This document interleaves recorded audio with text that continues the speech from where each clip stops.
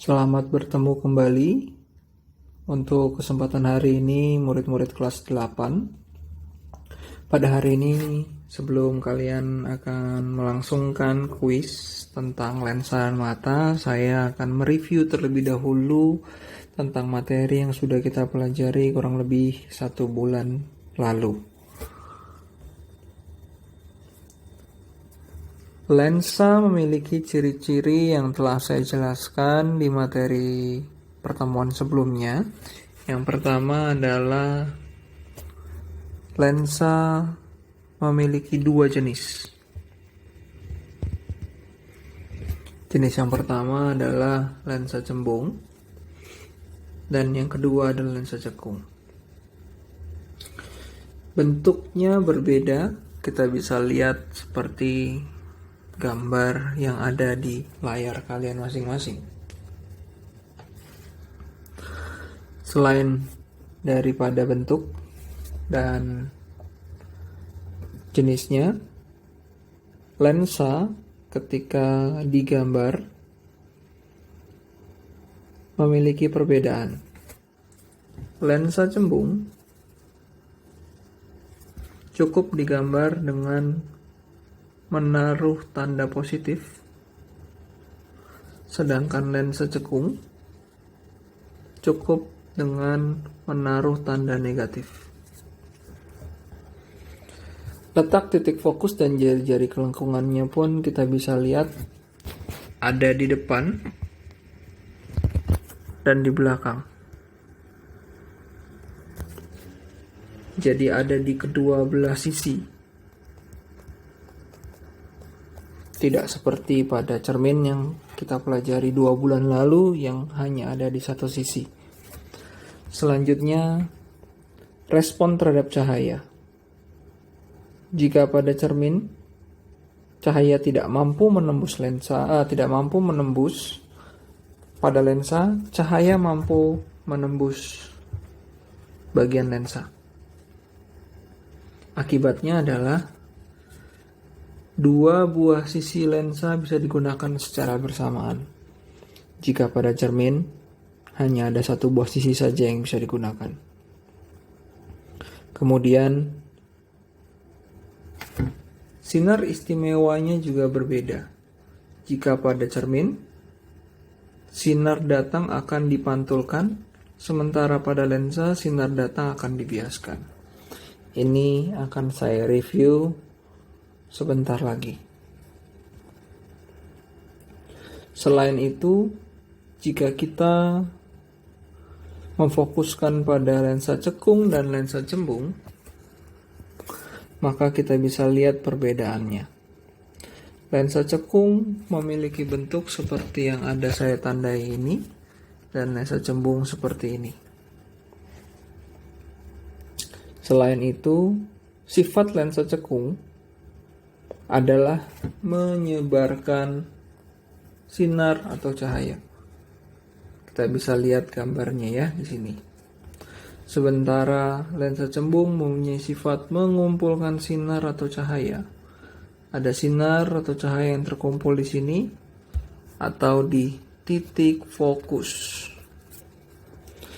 Kemudian nilai titik fokus pada perhitungannya pun berbeda antara lensa cekung dan lensa cembung. Pada lensa cekung, nilai titik fokusnya bernilai negatif atau minus. Sementara pada lensa cembung bernilai positif atau plus. Dan jika kalian ingat lagi pelajaran 2 bulan lalu tentang cermin, kalian bandingkan dengan pelajaran hari ini, maka kalian akan mendapatkan fakta bahwa ketika kalian mengerjakan lensa cekung,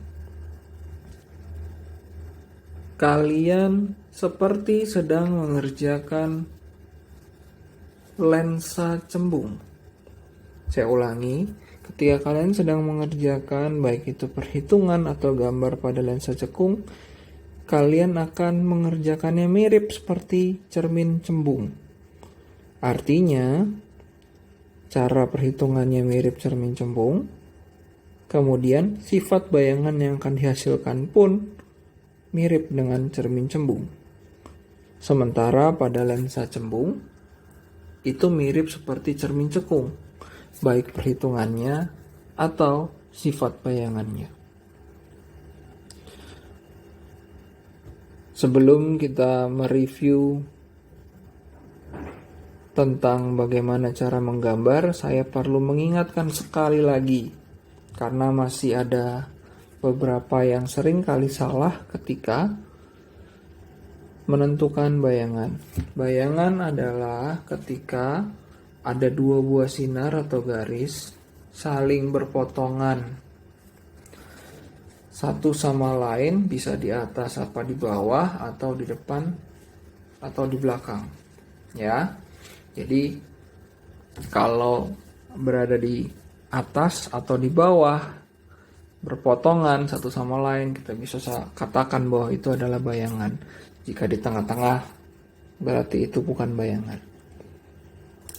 Sementara jika lokasinya di atas, sifat bayangannya adalah tegak, kemudian pasangannya adalah maya.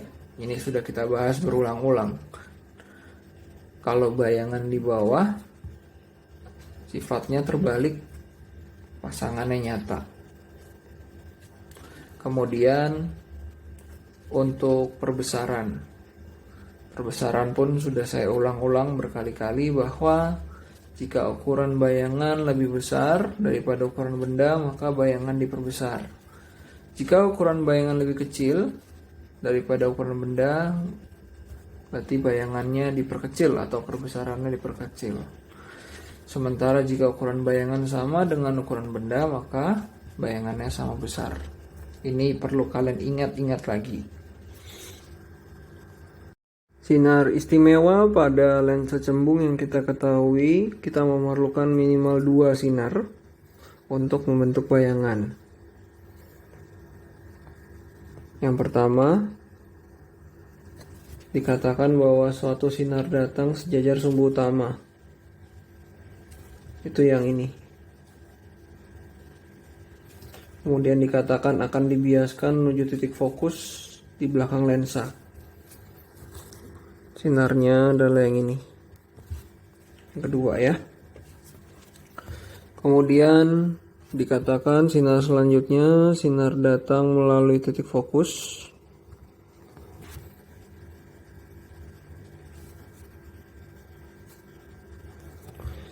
Akan dibiaskan sejajar sumbu utama. Ya, seperti ini. Lewat 2 buah sinar ini saja kita bisa membentuk bayangan pada lensa cembung. Akan tetapi jika salah satu dari sinar ini tidak bisa dibentuk, kita harus menggunakan sinar nomor 3. Sinar nomor 3 dikatakan bahwa suatu sinar datang melalui pusat optik lensa. Pusat optik lensa itu yang sebelah sini, tengah-tengah. Akan diteruskan. Jadi langsung ya. Kemudian pada lensa cembung kita mendapati ada 5 buah kombinasi bayangan yang bisa terbentuk sesuai dengan di mana letak bendanya ditaruh. Contoh yang pertama, ketika bendanya ditaruh jauh sekali dengan lensa, bayangannya terbalik, nyata, diperkecil. Ketika benda mulai digeser tepat di jari-jari kelengkungan, sifat bayangannya mulai berubah ya. Terbalik, nyata, sama besar. Ya. Kemudian ketika bendanya kita geser lagi di antara jari-jari kelengkungan dan titik fokus, sifat bayangannya berubah lagi. Terbalik, nyata, diperbesar. Dan juga ketika bendanya ditaruh tepat di titik fokus, bayangan tidak terbentuk. Dan terakhir kombinasinya adalah ketika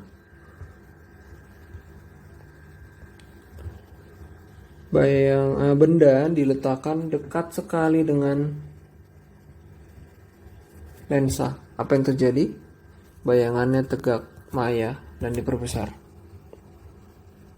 Kelima-limanya menghasilkan sifat bayangan yang berbeda satu sama lain, tergantung dengan letak bendanya. Sinar istimewa pada lensa cekung, terdapat pula dua buah sinar untuk membentuk bayangan. Yang pertama,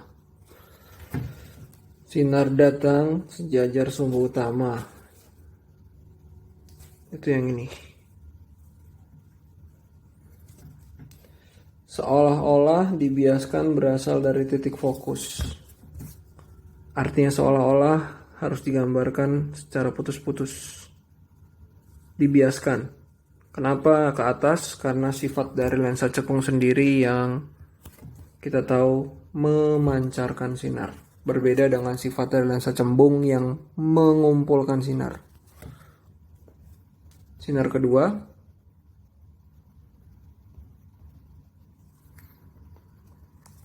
sinar datang melalui pusat optik lensa. Jadi langsung ya.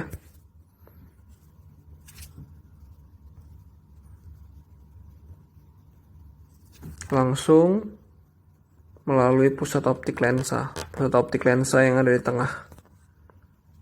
O. Ya.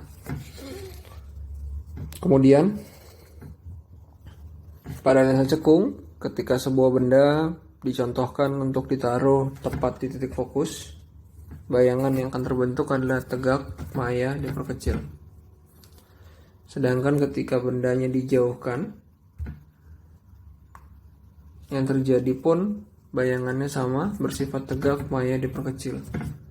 Artinya pada lensa cekung kita mengambil kesimpulan bahwa baik bendanya ditaruh dekat atau jauh dari lensa, pada lensa cekung akan menghasilkan sifat bayangan yang sama, yaitu tegak, maya, dan diperkecil.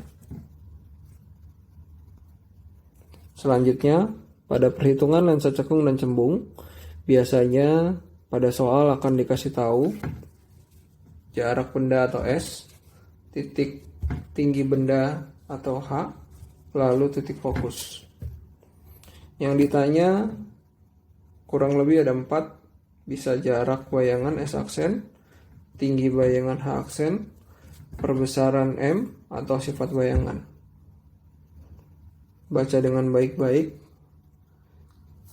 soalnya. Catatan penting yang kedua yang perlu kalian ingat baik-baik adalah titik fokus dari lensa cembung itu selalu bernilai positif, sedangkan untuk lensa cekung selalu bernilai negatif. Kemudian jika S aksen bernilai positif berarti sifatnya nyata, pasangan terbalik. Jika S aksen bernilai negatif, sifatnya maya, pasangan tegak. Waktu kalian menghitung pun, H aksen ketika bernilai positif sifatnya terbalik. Itu sama seperti yang di sini. Ataupun H aksen ketika bernilai negatif sifatnya tegak. Itu sama seperti yang di sini. Kemudian perbesaran. Jika M lebih daripada 1, maka bayangan diperbesar. Jika M sama dengan 1, bayangan bersifat sama besar. Ketika M kurang dari 1, bayangan bersifat diperkecil. Kemudian untuk rumus yang harus dipakai dalam metode perhitungan di lensa ini ada 3. Pertama, 1/F sama dengan 1/S tambah 1/S aksen. Ini rumus sama seperti yang sudah kita pelajari sejak materi cermin. Kemudian perlu diingat lagi ya, titik fokus pada lensa cembung